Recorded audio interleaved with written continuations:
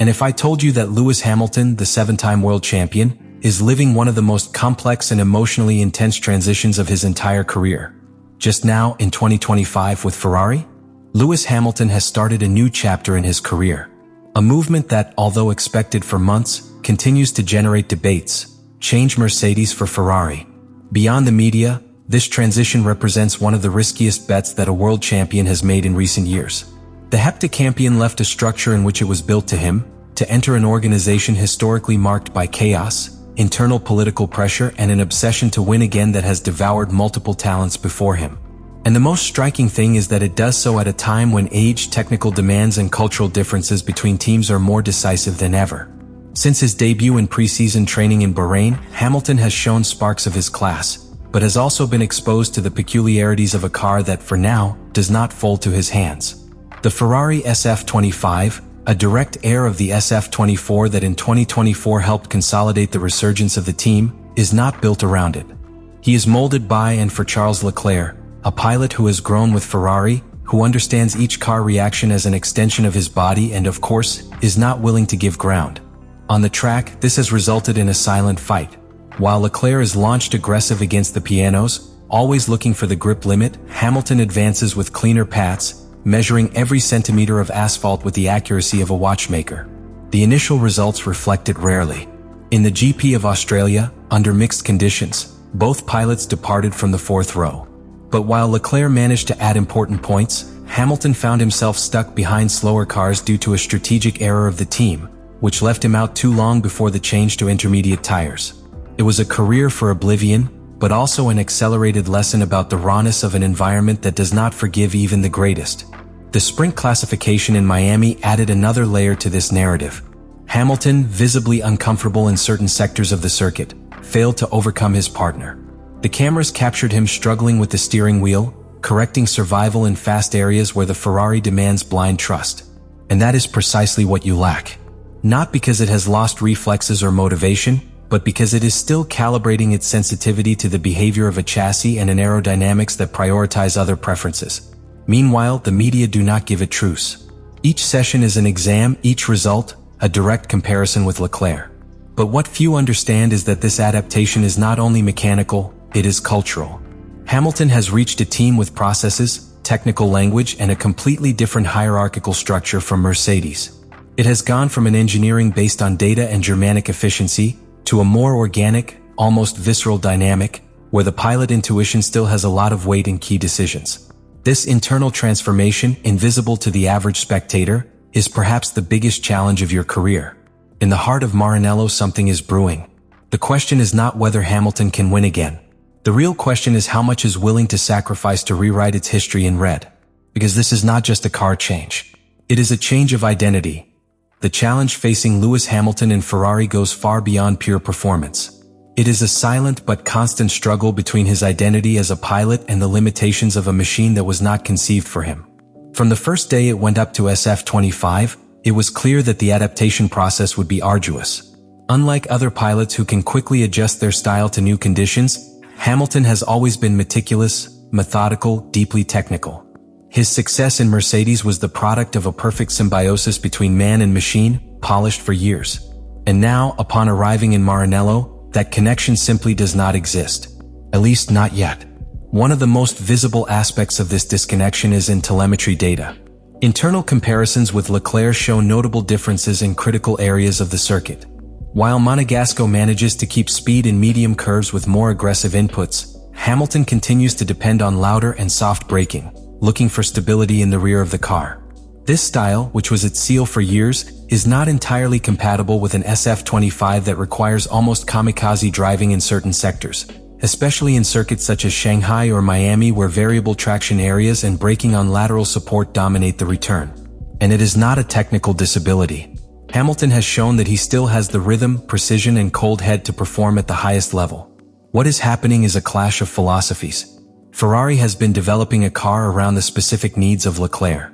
From suspension geometry to differential behavior in slow curves, each technical decision reflects a particular performance interpretation. Hamilton, when you arrive, must not only learn to understand this mechanical language, but also translate it into your style, without losing speed and consistency. The most revealing thing is that Hamilton knows. He has said it openly. In his own words, it is one car configured for another pilot, and a team accustomed to making decisions thinking about that pilot. Therefore, each adjustment it proposes becomes an experiment, and it does not always give immediate results. In Melbourne, for example, his suggestion of redistributing aerodynamic balance to the front train sought to gain precision in rapid curves, but ended up committing the traction in the exit of the slow curves. Result: an erratic classification session and a career stuck in traffic. However, in China, history began to change. There we saw flashes of the Hamilton of yesteryear. The rhythm was much stronger from the free. And in the sprint classification, he took an almost perfect return. It was the type of performance that only appears when a pilot begins to feel comfortable with his surroundings. The feedback was more effective. Setup changes translated into real gain, and for the first time since its arrival, Hamilton managed to get ahead of Leclerc in pure execution. This was no accident. It was the fruit of invisible work hours with engineers, simulator, and intense technical conversations. But the real challenge is not just a technician. It's emotional. It is having to justify every 10th loss, every error, every risky decision, before a world that hopes that it shines from the first day just by taking the name of Ferrari in the chest. It is to load with the weight of the story, of the titles, of the headlines. It is also to accept that, although it is still one of the best, it is now in foreign territory, with a machinery that still does not feel like its own.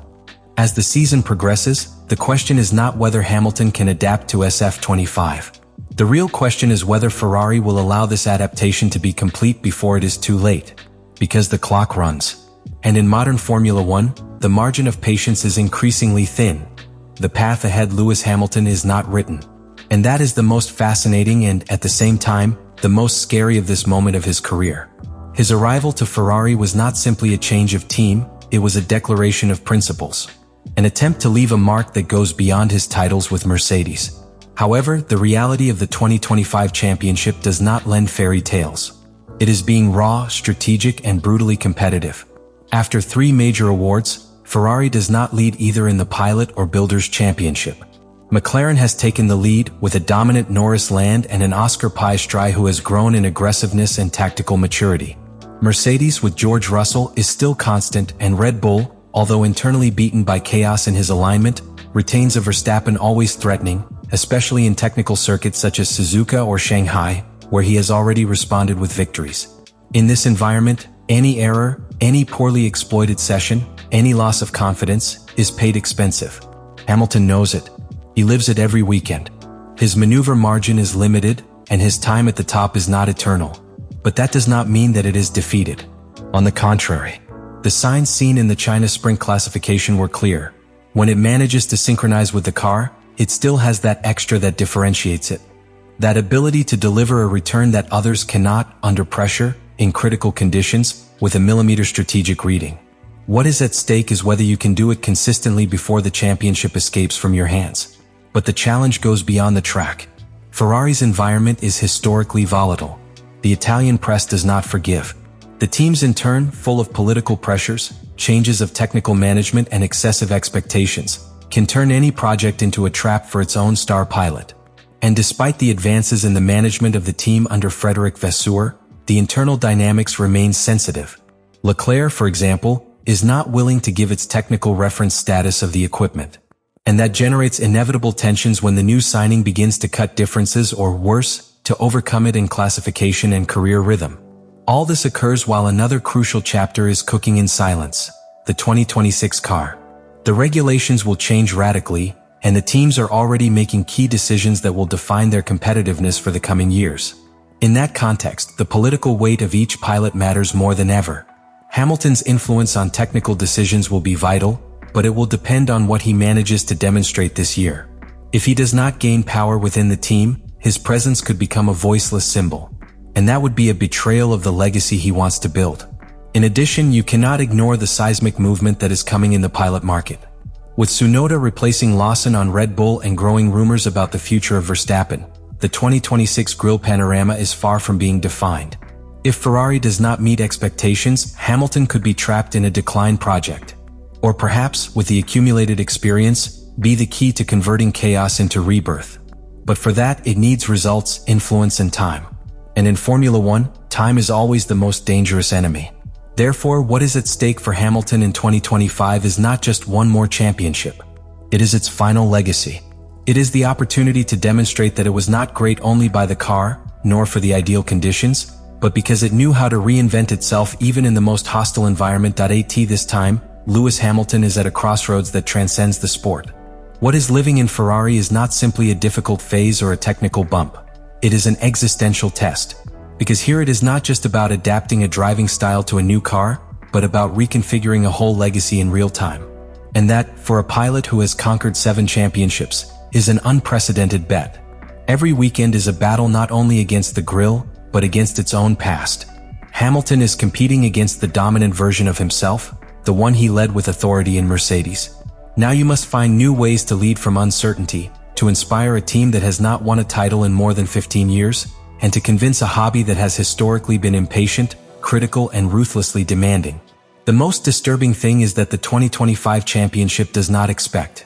It does not give truce. The intensity of the calendar, the solidity of McLaren, the growth of Mercedes, and the latent threat of Verstappen make any lost opportunity conceal the fate of a full season. In this context, Hamilton cannot simply wait for Ferrari to understand. It must accelerate this adaptation process, mold the car in its own way, and, more importantly, gain the right to make key strategic decisions within the structure of the equipment. And this is where you, as a spectator, enter. Because beyond the official narrative of the easy holder and the constant comparison with the past, what we are witnessing is one of the most ambitious reconstructions of an elite pilot in the history of Formula One. It is not common to see a legend exposed to this level. Take the risk of failing publicly to pursue something bigger than a statistic. That is why I ask you directly, are we seeing the principle of a historical transformation or the last attempt to rewrite a legend? Can Lewis Hamilton close your career by raising Ferrari once again? Or will this step be a warning about the dangers of looking at the past with nostalgia? Leave me your opinion below. Do you think Hamilton will be imposed on Ferrari this year? Or that your best version was already behind? And if you are interested in following this story in real time, with the deepest and technical analysis of the championship, be sure to subscribe because this is just beginning.